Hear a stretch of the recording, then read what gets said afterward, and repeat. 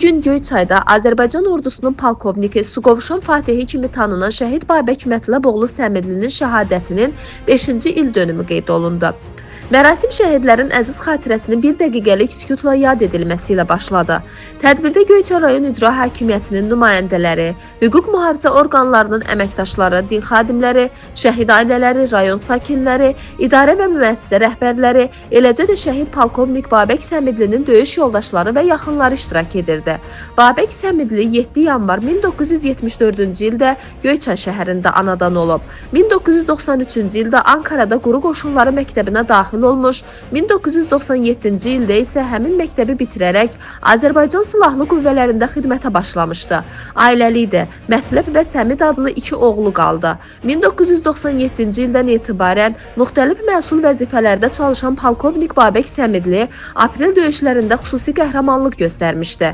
Tərtərin Talış istiqamətində gedən döyüşlərin idarə olunması ona tapşırılmışdı və həmin əməliyyatlar zamanı bir sıra strateji yüksəkliklər işğaldan azad edilmişdi. 2018-ci ildə dövlət başçısı tərəfindən hərbi xidmətlərə görə medalı ilə təltif edilmişdi. 2020-ci ilin Vətən müharibəsi başlayanda polkovnik Səmidli Suqovuşanın azaldığı uğrunda gedən döyüşlərə rəhbərlik edirdi.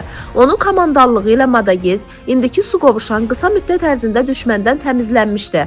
Bu igidliyi ona Suqovuşan Fatihi adını qazandırmışdı.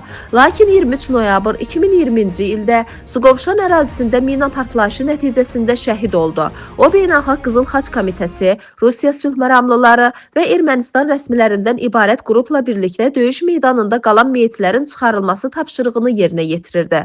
Şəhid polkovnik 24 noyabrda Göyçay Şəhidlər Xiyabanında torpağa tapşırıldı. Ona məxsus qiymətli materiallar ailəsi tərəfindən Milli Azərbaycan Tarixi Muzeyinin Vətən Müharibəsi fonduna təqdim olundu. Babək Səmidli ölümündən sonra Zəfər ordeni, Vətən uğrunda Suqovuşanın azad olunmasına görə eləcə də bir çox yubiley və xidmət medalları ilə təltif edildi.